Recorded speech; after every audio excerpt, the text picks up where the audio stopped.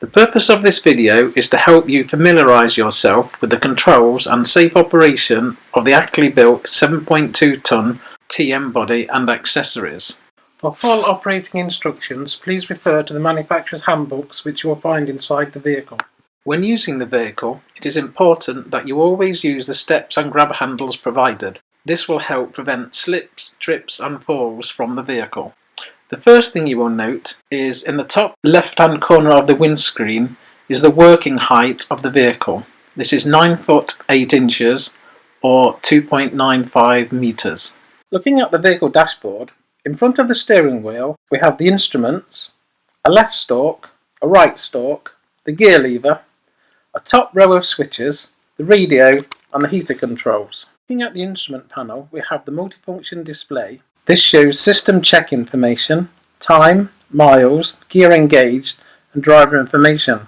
The left hand dial is the speedometer, the next gauge is the fuel gauge, next one is the engine temperature gauge and the one on the right is the engine rev counter. The green band shows the recommended driving band. When the ignition is first switched on, the vehicle will do a self-diagnostic test. Any faults will be displayed on the LED panel. We can also see here that the AdBlue is at 60% full and the 5 bars represent the engine oil level. When the oil level shows only 2 bars, that is the time to schedule an oil top-up. Please report this on your defect sheet and give it to your line manager. If the oil gauge shows no bars illuminating, this could mean one of two things. The oil level is below the minimum mark or exceeds the maximum mark, or there's a faulty sensor. If this is the case, it is possible to check the engine oil level with the dipstick under the bonnet. The diesel filler is located behind the flap on the inside of the near side door. If you need to top up the AdBlue, this is located behind the flap on the inside of the offside door. To open the bonnet, you have to pull the bonnet release cable. This is located just inside the near side door under the dashboard as shown. The bonnet is also fitted with a safety catch. To open the bonnet you need to move this to the right. This is in the centre of the bonnet itself. When the engine compartment is open, there is a risk of burns due to the very hot engine parts. When the engine is running, injuries may occur due to revolving components of the engine. Be careful with scarves or loose clothing that may get caught in moving parts. Failure to comply with these prescriptions can result in the risk of serious injury. Before lifting the bonnet, make sure the wipers are in the parked position. When releasing the safety catch, make sure you have hold of the bonnet with 2 hands, as the bonnet is spring assisted, and if not careful it will fly open. Under the bonnet there are a number of important levels that should be checked on a daily basis. Working across from left to right we have the windscreen washers, the brake fluid level which is marked maximum and minimum, the water coolant which is also marked with a maximum and a minimum mark, the engine oil dipstick and the engine oil filler cap. Very important to note that only the recommended fluids should be used when topping up. To lower the bonnet, bring it down to a suitable height so that it can be released and let fall into its locking position completely and mate with the locking mechanism. Check that the bonnet is properly closed and not merely resting on the body. If it is still open, do not push the bonnet against its locking device, but rather raise it again and repeat the closing operation. Going back inside the vehicle, let's look at the other controls. The left-hand stalk operates the headlamps, high and low beam, parking lights and direction indicators. To operate the parking lights, leave the light switched on and turn the ignition off. There is a nice safety feature where you can delay turning off the headlamps for up to 30 seconds. This will allow you to see where you're going having locked up the vehicle. To activate this, turn off the lights, turn off the ignition and then pull the lever backwards. The right hand stalk operates the windscreen wipers, washers and the trip computer. Turning to the top row of switches, the first 3 switches to the left of the hazard lights are for operating the multifunction display. To the right of the hazard switch we have the rear fog lamp, the anti-skid regulator, which when turned off can help give you more traction in wintry conditions, and the central locking button. Below the radio we have the heater controls and a TM mode switch. The TM mode switch will set the speed limiter to 10 km an hour. This will help you to set out and collect cones. The driver's seat is fully adjustable. Looking at the controls from the back to the front, you can adjust the backrest, the height adjustment for the rear and the front of the seat, and then at the front of the seat you can adjust the distance from the steering wheel. Once you have the seat set correctly, it is then possible to adjust the height of the seat belt. The vehicle is fitted with an 8-speed automatic gearbox. The gear lever has 3 main movements: up, down and across. There is also a push button marked P that puts the gearbox in neutral and applies a transmission brake. The handbrake should also be applied when stationary. Across left for neutral, to select forward drive D, left and down. To select reverse R, left then up. Press P button applies the transmission brake and applies neutral gear.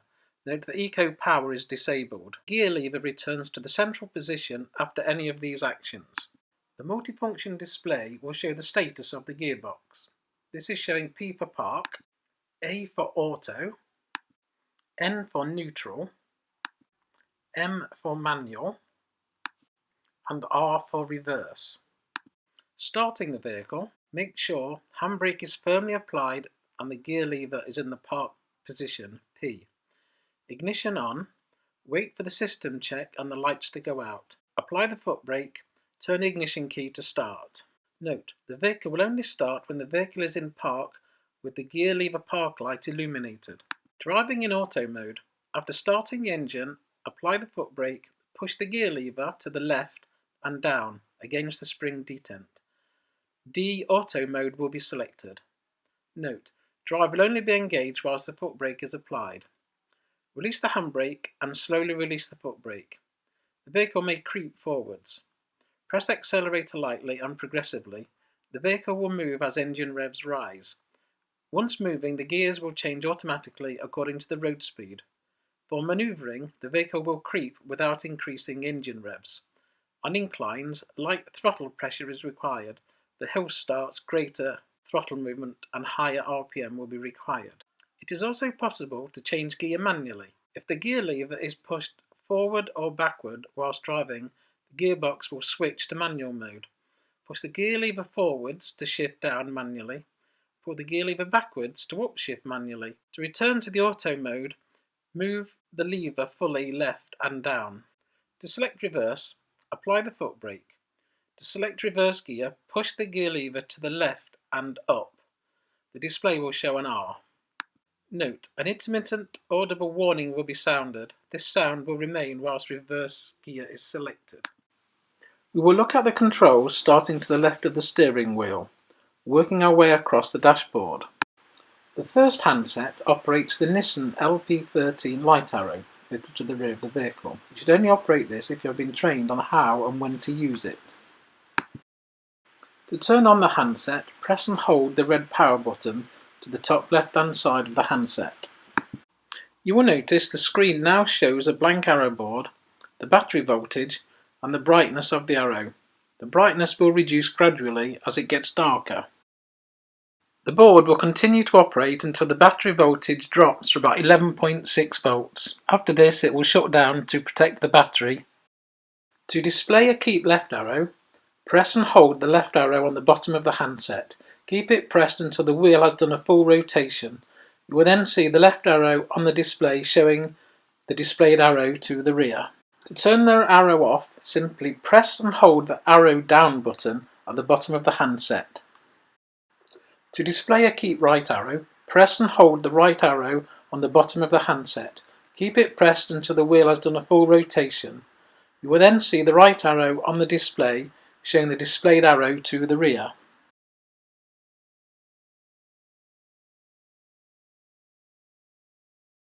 To turn the arrow off, simply press and hold the arrow down button. To operate the fourfolds, press and hold the button marked X. This will then turn on the fourfolds to the rear, as shown in the display. To turn the four folds off, simply press and hold the arrow down button. To turn off the handset, press and hold the red power button at the top left hand side of the screen. The next control panel controls all of the additional lights, beacons, work lights, etc., plus a number of important warning lamps and buzzers. This has a test function that once pressed will turn on all of the lights all at once so that you can easily carry out your daily walk round checks. Once finished doing your check, simply press the off button. Starting with the button in the top left hand corner, this will turn on the amber lights fitted in the front grille and the two amber flashing lights fitted to the rear frame. The next button will turn on the beacon bar. The next button, marked single beacon, will turn on the two beacons fitted to the top of the rear sign rack. The work lights front turn on the two work lamps fitted to the top of the toolbox. Work lamps rear turn on the two lights fitted to the rear sign rack. Left box lights will turn on all of the lights fitted down the left hand side of the vehicle, or the right hand side of the vehicle depending on which side you're working. This includes the front lockers, the stepwell light, and the lights fitted in the sandbag boxes. The switch in the top right corner is for the heater. This turns on an electric fan heater which will enable you to dry your PPE. This will only work whilst the engine is running and the battery is sufficiently charged. There is a control module that will prevent it flattening the battery.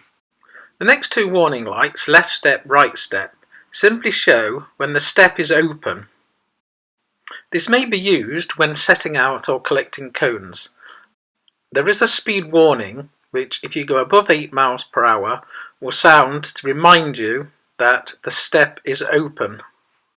Inside each footwell on the rear post is an emergency stop button. This is simply pushed when you need to alert the driver and get the driver's attention. The next screen along is for the camera system and the reverse warning radar. The screen shows 4 images. The top left is of the load bed, top right is the rear view, bottom left is the near side view, and the bottom right shows the offside view. The unit marked on top of the monitor is for the reversing aid. When reverse gear is selected, the monitor will simply show the rear view. On top is the reverse radar, which as you start to reverse, the number of lights will increase, along with an increase in pitch the closer we get to an object as we go backwards.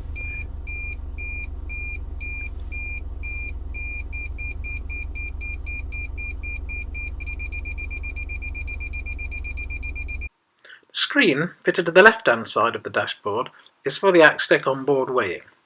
To use this, the vehicle should be stationary, handbrake applied, and the air suspension in the normal running position. You will see on the display it shows you the front axle weight, the rear axle weight, and the gross vehicle weight. As you load the vehicle, you will see the load on the load bed increase. So will the front axle weight and so will the rear axle weight, and obviously the gross vehicle weight. As the load increases, the respective weights will turn from amber to red. The vehicle should never be driven if it shows an overload occurring. It may be possible to overload the front or rear axle without exceeding the gross vehicle weight, in which case the load will need to be adjusted accordingly. Let's look at how we access the load bed. The vehicle is fitted with trombone sides. To access the sides, simply undo the anti-loose lug, sliding the drop side across and securing it in place. Next, lift up the chute bolt and slide across the trombone side rails, making sure it's locked into position. Next, undo the bolts and lower down the step. Step on the step, lift up the cone well cover and drop it down the back. Undo the spring-loaded pole to gain access, making sure you fit the pole behind you at a convenient height that suits you. Fold down the step and access the load bed using the 3 points of contact provided. Coming down and out of the bed is simply reverse of the process. Using the handle and step down. Remove the push bar, putting the push bar behind you. Lift up the cone well cover and slot it into place. Lift up the fold up step, making sure the chute bolts are locked into position. Undo the anti-loose lug, slide the drop side across. Undo the chute bolt, slide across the trombone sides, making sure they're locked into position and the chute bolt applied. Looking down the outside of the vehicle, we've got 2 lockable lockers, the cone well, and 2 tiltable sandbag lockers. To open the sandbag box, simply unlock the chute bolt and pull it towards you. When loading the tilt locker, please ensure you don't overload it by going over the marked line. To shut it, just simply push shut and put the bolts into position. Thank you for taking the time to watch this video. I hope now you have a full understanding of how to use the vehicle, the use of the lights and the warning systems and features that are fitted to this vehicle. If you have any questions, please shout up and please sign the form to say that you have received and understood this familiarization training. Thank you very much.